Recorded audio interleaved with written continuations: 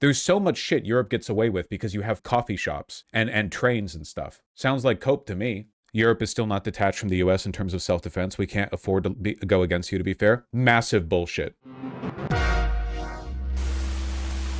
Why these other countries aren't lining up just yet publicly to help with President Trump in Iran. It's really simple, Mr. Berman. It's really simple. The people in those countries hate the U.S. military action in Iran. What are we talking about here? Okay, net approval rating, U.S. military action in Iran. In Canada, way underwater, minus 27 points. You think that's low? I'm not going to lie. This is way higher than I thought it would be. Canada hates us now. Shouldn't this be like minus 60 or something? Why is it so high? Yeah, that's not nearly low enough. This graced my timeline the other day. Trump in 2008. 18 years ago. You know, if nothing else, like, regardless of the content, which is now deeply ironic, listen to how much more coherent he was back then. Nancy Pelosi, the speaker? Well, you know, when she first got in and was named speaker, I met her, and I'm very impressed by her. I think she's a very impressive person. I like her a lot. But I was surprised that she didn't do more in terms of Bush and going after Bush. It was almost, it just seemed like she was going to really look to impeach Bush and get him out of office, which personally I think would have been a wonderful thing. Impeaching him? Absolutely, for the war. For the war. Because of the conduct of the war. Well, he lied. He got us into the war with lies. And, I mean, look at the trouble. That's so based, man. If this guy ran for president, I'd have to vote for him. Bill Clinton got into with something that was totally unimportant. And they tried to impeach him, which was nonsense. And yet Bush got us into this horrible war with lies, by lying, by saying they had weapons of mass destruction, by saying all sorts of things that turned out not to be true. Pretty crazy, right? 18 years ago. I mean, obviously, it's not like, oh, he's a hypocrite. Of course, Trump's a hypocrite. But he never believed this to begin with either. Maybe he did. I mean, Trump does have to have a coherent set of beliefs in there somewhere. He probably believed this. It was an easy thing to believe back then. And he was pretty vocal about it back then, too. Trump ran in 2000 on a universal healthcare program. That's pretty funny.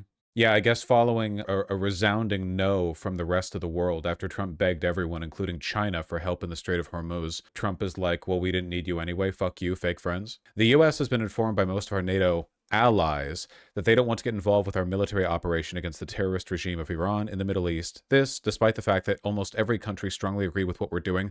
Yeah, interesting that. Kind of a good point from Trump. And that Iran cannot, in any way, shape, or form, be allowed to have a nuclear weapon. I am not surprised by their action, however, because I always considered NATO, where we spend hundreds of billions of dollars per year protecting these same countries, to be a one-way street.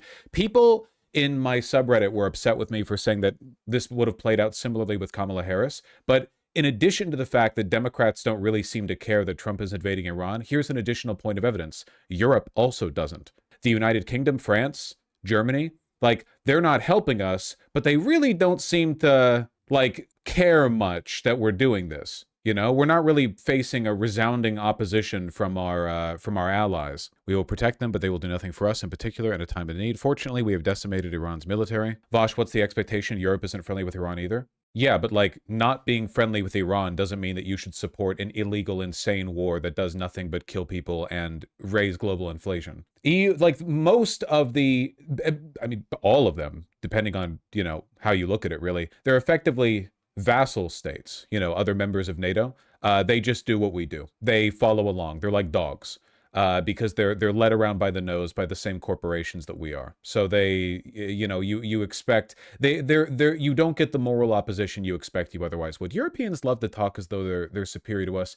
Canada, you know, you Orofarm Mark Carney over in Davos. You Orofarm about how the old world order is dead. Then what does Mark Carney do? Says he supports our invasion of Iran. The European countries, oh, we're so anti-Israel. Oh, we're so done with Trump. Oh, you're all so boorish and American. Then what do? You follow us along anyway, all right? The only difference between you and us is that the corporations that control both of our countries are stationed here. Yeah, especially Germany, man, especially Germany. And where Germany goes, so too does the EU. Gleichzeitig steht fest, und das sehen wir an jedem Tag. I'll just read it. It is clear the Iranian regime poses a significant danger to its neighbors, the entire region, to the freedom of navigation, and to global economic development. This danger must definitely not continue to exist. On this point, we are in full agreement with our partners and friends in Israel and the United States. And that's the foreign minister of Germany. So that's Official spokesman for the government there with regard to foreign affairs. Wrong side of history again. Europe. Thanks for translating. My pleasure. You're very welcome. Europe is still not detached from the U.S. in terms of self-defense. We can't afford to go against you, to be fair. Massive bullshit. Massive bullshit. The only reason, for one, Europe can defend itself. Absolute bullshit. The idea that you guys need us is total cope. Like, you have no choice but to go along with our insane geopolitical ambitions because you rely on us. Not true at all. And for two, America right now is creating a more dangerous world where Europe will need to spend more on self-defense. Like, we are creating the world that you would need to spend money defending yourself from. You're right, but Europe needs time to detach. No, fuck you. I wouldn't accept that from anyone else. I'm not accepting it from you guys. You guys are lockstep in with us to every shitty fucking thing that we do. I'm not buying this like, well, America chooses to be evil, but Europe has no chance. Yeah, Western Europe is like the largest market in the world, and they have nuclear weapons, and they have an enormous standing army, and they also have an enormous amount of soft power, and also nothing threatens them. The biggest threat to Western Europe is Russia, and Russia can't make it more than 3 miles into Ukraine. But yeah, they have no choice but to continue like smiling and nodding at the genocide in Gaza, or the annexations in the West Bank, or the invasion of Lebanon. They have no choice because like they may have hundreds of nukes, but they don't have thousands like we do. They have no choice but to go along with it, you know? Nah, fuck you. Come on, accept the agency, okay? Your leaders are controlled. They're puppets of capital just like ours, all right? Own up to it. That's all. That's all. Just, you have to own up to it. Isn't Saudi Arabia and the other Gulf states also in favor of Iran's bombardment? Not really. Like, Saudi Arabia and the Gulf states don't like Iran, but they recognize that what we're doing right now is destabilizing the region. Also, the Gulf states are fucking evil. Like, that's not good. Iran is a better country than those. Also, yeah, literal U.S. puppets. Spain's prime minister's too based. Spain is based. Yeah, Spain is based. For sure, for sure. They are privately, they keep goading the U.S. to continue. Wall Street Journal reports on it often. Well, they're also stupid. I get really irritated at Europeans right now acting like they're a different species and allowing their campism to fester. I still haven't gotten over the fact that for decades and decades, I was led to believe that America was backwards when it came to racism, but Europe was like enlightened. And then I realized when growing up that every single data point indicates the exact opposite. America is far more racially tolerant than Europe is, like massively so, by every metric you could measure that by. I'm still really pissed about that. There's so much shit Europe gets away with because you have fucking coffee shops and trains and stuff. It's a very common narrative. Sounds like cope to me. You look down on us, but you're doing it to avoid dealing with your own problems. And bicycles. Yeah, you've got your fucking bicycles. You've got bicycles. All right, you've got bicycles. Okay, okay. But the fact is that the U.S. economy is fundamentally sound, and that if it were to be extended, it wouldn't really disrupt the U.S. economy very much at all.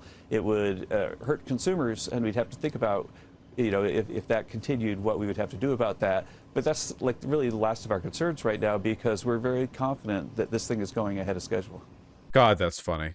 We'd have to think about, you know, if that continued, what we would have to do about that.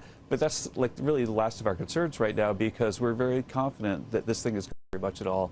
It would hurt consumers, and we'd have to think about, you know, if that continued, what we would have to do about that. But that's like really the last of our concerns right now, because we're very confident that this thing is going ahead of schedule. Won't hurt the economy, but it might hurt the consumers. I love the financialization of the economy. It's so cool. I love it.